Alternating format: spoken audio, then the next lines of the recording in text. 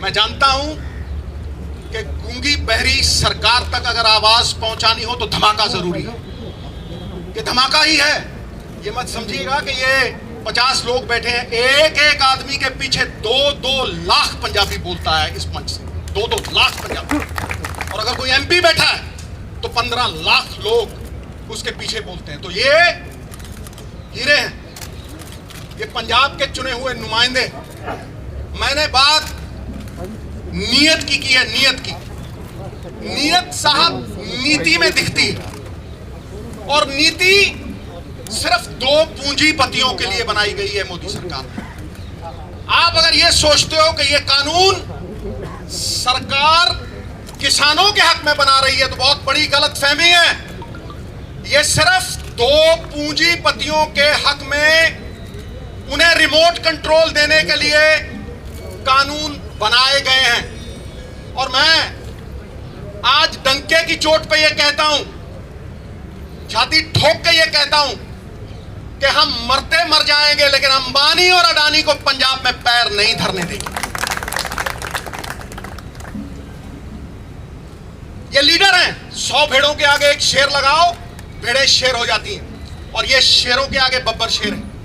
और इनके आगे मैं बात जो करने वाला हूं वो बड़ी पते की और यहां वाजिब है। ई नैम तो पहले भी था साहब, पहले भी ऑनलाइन ट्रेडिंग होती थी। आप मंडियों की बात करते हो, आप ये बात करते हो कि फ्री मार्केट होनी चाहिए, तो फिर ये कानून बनाने की क्यों जरूरत है? बाहर से ई नैम होता था, ऑनलाइन ट्रेडिंग होती थी। ये कानून क्यों बनाए गए? ये कानून इसलिए बनाए गए कि पंजाब के किसान के कानूनी अख्तियार, कानूनी अधिकार पूरी तरह से छीन लिए जाएं। मैंने आज तक कोई ऐसा कानून नहीं देखा जो किसान को कोर्ट में जाने से रोकता है। ये वो कानून बनाया है मोदी साहब ने काला, जिससे किसान अगर उसका कोई डिस्प्यूट होता है तो वो कोर्ट में नहीं जा सकता, नंबर 1। नंबर 2, वो एसडीएम के पास जाएगा या वो डीसी के पास जाएगा, जिसका कंट्रोल सेंटर की सरकार के पास होगा। और ये चुने हुए नुमाइंदे, ये रेस जिताने वाले घोड़े दर्शनी घोड़े बना दिए जाएंगे। इन चुने हुए नुमाइंदों को नकारा कर दिया जाएगा। ये मैंने देशों में सुना था कि 1-2 कंपनियां मोनोपोली बनाती हैं और वो मोनोपोली बना के, जैसे ईस्ट इंडिया कंपनी राज किया करती थी, वो मोनोपोली बना के राज करती हैं। ये वही हो रहा है। ये रिमोट कंट्रोल ये गोरे अंग्रेजों के हाथ में नहीं, ये काले अंग्रेजों के हाथ में दिया जा रहा है। और ईस्ट इंडिया कंपनी की तरह ये पूरे का पूरा कंट्रोल हमें कठपुतलियां बनाने के लिए अंबानी और अडानी के हाथ में देने की ये साजिश है। उसका प्रमाण है, 17 लाख करोड़ रुपए के एनपीए हैं, बैंकों को लुटा दिया। 17 लाख करोड़ रुपए के एनपीए आपने सारे बैंक लुटा दिए, किसी एक पे कार्रवाई हुई? पिछले से पिछले साल 5 लाख करोड़ रुपया आपने टैक्सों का छोड़ा। इन बड़े बड़े कॉर्पोरेट्स को वो जब पैसे छोड़ते हो टैक्सों के 5-5 लाख करोड़ रुपए, तो आप कहते हो इंसेंटिव, और गरीब किसान को अगर 4 पैसे देते हो तो उसको कहते हो सब्सिडी। वाह वाह, 17 लाख करोड़ के एनपीए। पूछिए मोदी सरकार से क्या जवाबदेही बनाया किसी को? 5 लाख करोड़ रुपए के रेवेन्यूज फोरगॉन बजट में आते हैं। ये तिवारी साहब बैठे हैं, एमपी साहिबान बैठे हैं, रेवेन्यूज फोरगॉन। वो रेवेन्यूज फोरगॉन आप छोड़ते हो, वो इंसेंटिव। और किसान की जो बनी बनाई इनकम थी, किसान क्यों डरा हुआ है? किसान इसलिए डरा हुआ है कि उसकी लागत बढ़ रही है, उसके खर्चे बढ़ रहे हैं, पेस्टिसाइड के ऊपर खर्चे बढ़ रहे हैं, पेट्रोल की कीमत बढ़ रही है। लेकिन जो उसकी अशोर्ड इनकम थी, आज मोदी सरकार वो अशोर्ड इनकम को छीन रही है। पॉइंट नंबर 2, ये पहला था। Point number 2, this is an attack on the federal structure of India. ये हमारे संघीय ढांचे के ऊपर एक अटैक है। It impinges and impedes on the spirit of the constitution. ये कॉन्स्टिट्यूशन की स्पिरिट पे, हमारी आत्मा पे ये आघात है। हर स्टेट के अलग अलग मसले हैं, हर एक स्टेट के अलग अलग मसले हैं साहब। इसीलिए उन अलग अलग मसलों को सुलझाने के लिए वहां की सरकारों का चयन होता है। ये कहां का इंसाफ है कि एक चीफ मिनिस्टर और उसके सारे चुने हुए नुमाइंदे, ऑपोजिशन वगैरह सारी इकट्ठी, तुम एक स्टेट के चुने हुए नुमाइंदों की आवाज को दबा रहे हो और उसके 70% किसान उनकी आवाज को दबा रहे हो। It is an attack on our federal structure. Federal structure पे ये जो अटैक है, इसके बारे में मैं पूरी तरह से पुरजोर विरोध करता हूं। और प्रियम्बल में एक वर्ड आता है फ्रेटर्निटी। फ्रेटर्निटी का क्या मतलब है? फ्रेटर्निटी का मतलब है कि हम आपसी भाईचारे में बंधे हुए हैं, हम पारिवारिक साझ में बंधे हुए हैं, और वो यूनिटी इन डाइवर्सिटी। हमारी भाषाएं अलग हैं, हमारा कल्चर अलग है, लेकिन फिर भी हम एक हैं। तो जब हम अपने स्टेट की बात बुलंद कर रहे हैं या किसी इंडिविजुअल किसान की बात बुलंद कर रहे हैं, हम किसान के साथ साथ हम संविधान के पक्ष में लड़ाई लड़ रहे हैं। हम आज संविधान के पक्ष में खड़े हैं, अपने फेडरल स्ट्रक्चर के पक्ष में खड़े हैं। एकता तो जेल की भी होती है, लेकिन साहब ये जेल की एकता नहीं है, ये आपसी भाईचारे की, हिंदुस्तान की एकता है। ये यूनिटी इन डाइवर्सिटी है और वो संजीदगी से लेने वाली बात है। जो लोग, और मैं प्राइम मिनिस्टर साहब को कह रहा हूं, जो लोग वन नेशन वन मार्केट की बात करते हैं, वो पंजाब के चुने हुए नुमाइंदों की और एक चीफ मिनिस्टर की आवाज को दबा रहे हैं और कुचल रहे हैं। ये हम कभी बर्दाश्त नहीं करेंगे।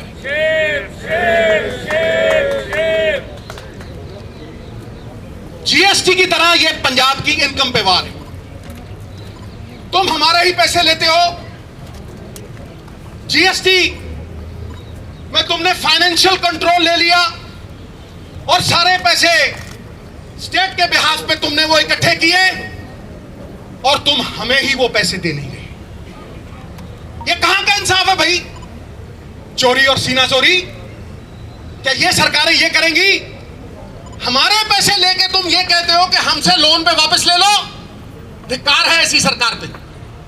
काहे का फेडरल ढांचा, फिर काहे की आपसी भाईचारक सांझ? और तुम इकोनॉमिक ब्लॉकेड लगाते हो। I am using the word economic blockade. तुम हमारी रेलें रोकते हो, हाँ? तुम सामान नहीं पहुंचने दोगे, तुम थ्रेटन करते हो हमें। एक तो तुम हमारे किसान की, और ये किसानी is a way of life in Punjab. ये जीवन जीने का एक तरीका है, ये हमारी पगड़ी है। तुम हमारी पगड़ी को हाथ डालो तो वो हाथ तोड़ के डालोगे। तुम्हारी पगड़ी को हाथ डालोगे, वो हमें मंजूर नहीं है। और मैं आज भी ये कहता हूं कि तुमने हमें सवेरे भी रोकने की कोशिश की।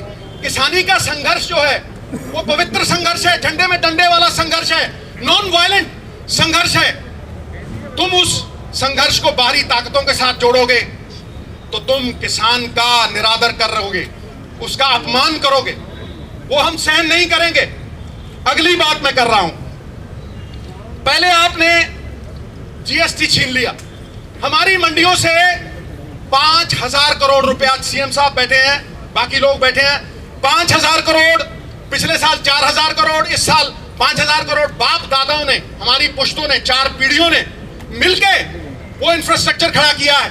मैं पूछता हूं नरेंद्र मोदी जी से कि मोदी साहब, जहां आपने ये मंडियां नहीं है, जहां आपने ये पहले लागू किया, मुझे ये बताएं कि वहां का किसान, उसकी क्या हालत है? वो लेबर कर रहा है, वो लेबर कर रहा है।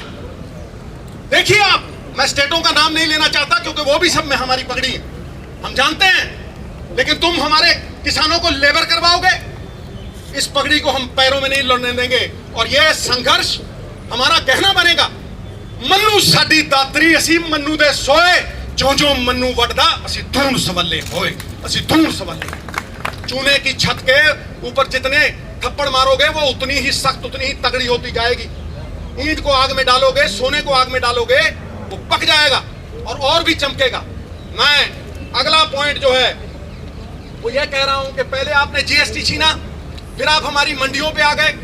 28,000 आड़ती रजिस्टर्ड, 5 लाख मजदूर जो मंडियों में काम करता है, हमारे बाप दादाओं का बना हुआ इंफ्रास्ट्रक्चर, तुम उसे बर्बाद करने के ऊपर तुले हो।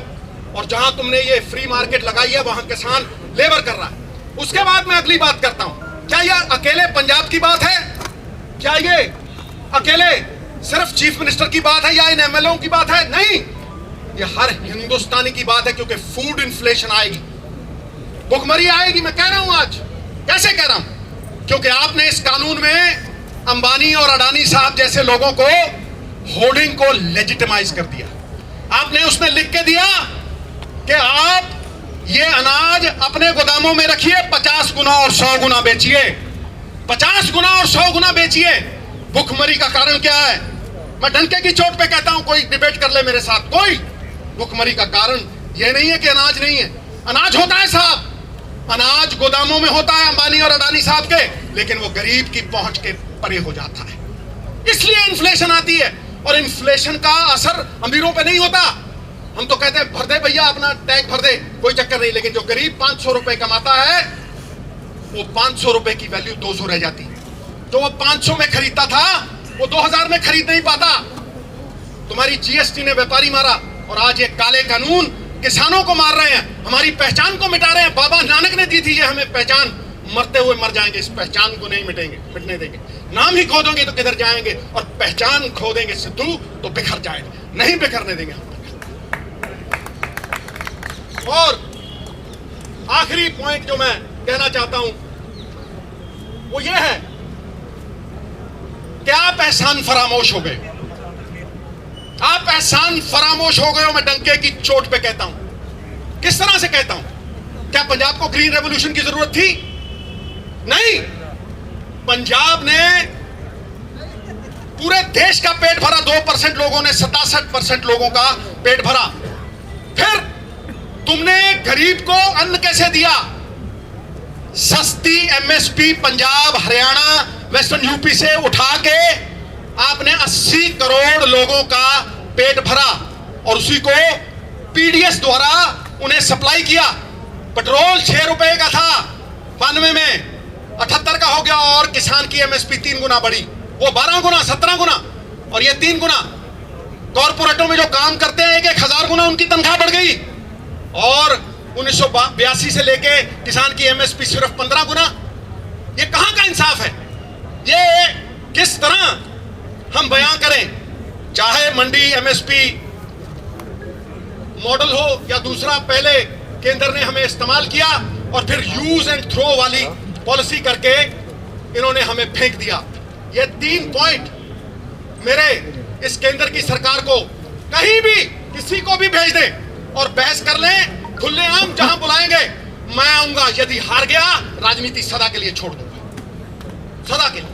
मैं डंके की चोट पे कहता हूं, उन्हें यह फिक्र है, आखिर में ये मैं शेयर करके फिर सीएम साहब के हवाले स्टेज करता हूं, उन्हें यह फिक्र है हरदम नई तर्जे जफा क्या है। तर्जे जफा होती है जुल्म। उन्हें यह फिक्र है हरदम नई तर्जे जफा क्या है। हमें भी शौक है देखें सितम की इंतहा क्या है।